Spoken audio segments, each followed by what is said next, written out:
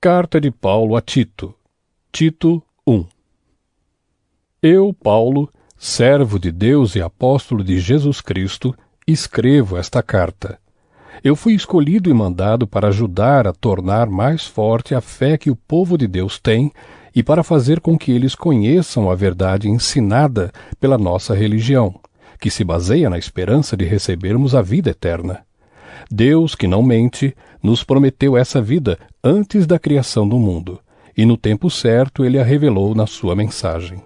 Essa mensagem foi entregue a mim, e eu a anuncio por ordem de Deus, o nosso Salvador. Escrevo a você, Tito, meu verdadeiro filho na fé, esta fé que é sua e minha. Que a graça e a paz de Deus, o Pai, e de Cristo Jesus, o nosso Salvador, estejam com você. Eu o deixei na ilha de Creta para que você pusesse em ordem o que ainda faltava fazer e para nomear em cada cidade os presbíteros das igrejas. Lembre das minhas ordens. O presbítero deve ser um homem que ninguém possa culpar de nada.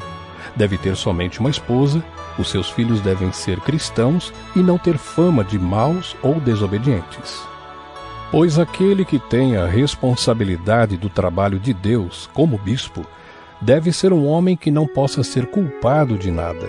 Não deve ser orgulhoso, nem ter mau gênio, não deve ser chegado ao vinho, nem violento, nem ganancioso. Deve estar disposto a hospedar pessoas na sua casa e deve amar o bem. Deve ser prudente, justo, dedicado a Deus e disciplinado. Deve se manter firme na mensagem que merece confiança e que está de acordo com a doutrina. Assim ele poderá animar os outros com o verdadeiro ensinamento e também mostrar o erro dos que são contra esse ensinamento. Pois existem muitos, principalmente os que vieram do judaísmo, que são revoltados e enganam os outros com as suas tolices. É preciso fazer com que eles parem de falar, pois estão atrapalhando famílias inteiras por ensinarem o que não devem, com a intenção vergonhosa de ganhar dinheiro. Foi justamente um deles, um profeta da ilha de Creta, quem disse: os cretenses só dizem mentiras, são como animais selvagens, são uns preguiçosos que só pensam em comida. E ele tinha razão quando disse isso. Portanto, você tem de repreender duramente esses falsos mestres para que sejam sadios na fé e parem de dar atenção a histórias inventadas por judeus e a ensinamentos humanos que vêm de pessoas que rejeitam a verdade. Tudo é puro para os que são puros, mas nada é puro para os impuros e descrentes, pois a mente e a consciência deles estão sujas. Eles dizem que conhecem a Deus, mas o que eles fazem mostra que isso não é verdade. Estão cheios de ódio, são rebeldes e não são capazes de fazer nenhuma coisa boa. Tito 2. Mas você, Tito, ensine o que está de acordo com a doutrina verdadeira. Ensine os mais velhos a serem moderados, sérios, prudentes e firmes na fé, no amor e na perseverança. Aconselhe também as mulheres mais idosas a viverem como devem viver as mulheres dedicadas a Deus. Que elas não sejam caluniadoras, nem muito chegadas ao vinho. Que elas ensinem o que é bom, para que as mulheres mais jovens aprendam a amar o marido e os filhos, e a ser prudentes, puras, boas donas de casa e obedientes ao marido, a fim de que ninguém fale mal da mensagem de Deus. Aconselhe também os homens mais jovens a serem prudentes. Você mesmo deve ser em tudo um exemplo de boa conduta. Seja sincero e sério quando estiver ensinando. Use palavras certas, para que ninguém possa criticá-lo e para que os inimigos fiquem envergonhados por não terem nada de mal a dizer a nosso respeito. Que os escravos obedeçam aos seus donos e os agradem em tudo. Que não sejam respondões, nem roubem os seus donos. Pelo contrário, que eles mostrem que são sempre bons e fiéis em tudo o que fazem. Desse modo, por causa das coisas que eles fizerem, todos falarão bem da doutrina a respeito de Deus, o nosso Salvador.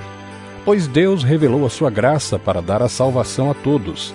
Essa graça nos ensina a abandonarmos a descrença e as paixões mundanas, e a vivermos neste mundo uma vida prudente, correta e dedicada a Deus, enquanto ficamos esperando o dia feliz em que aparecerá a glória do nosso grande Deus e Salvador Jesus Cristo.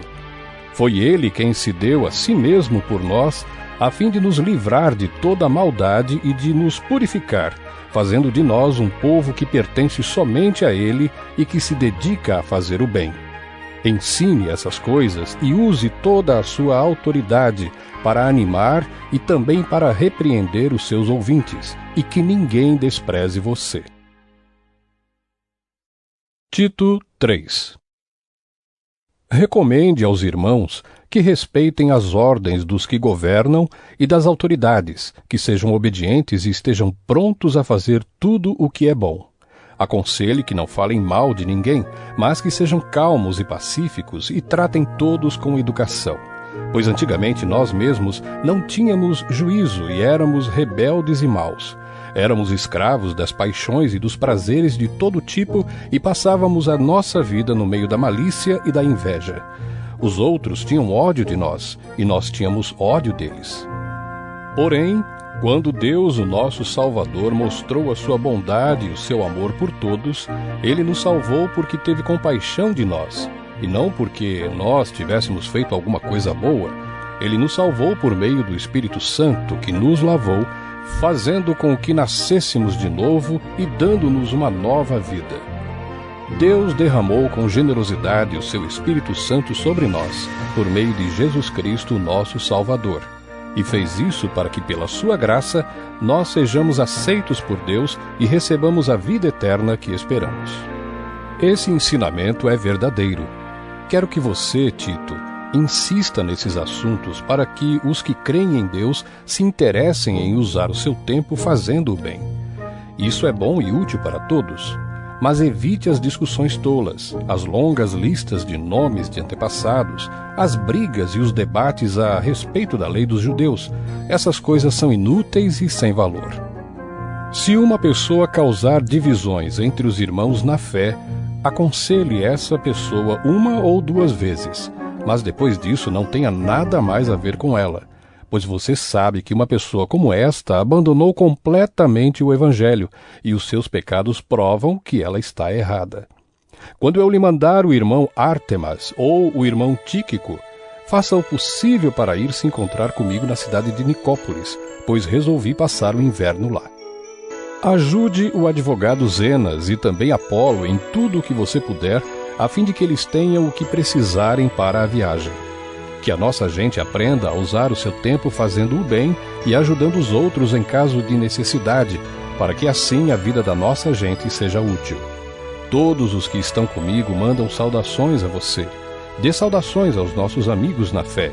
Que a graça de Deus esteja com todos vocês.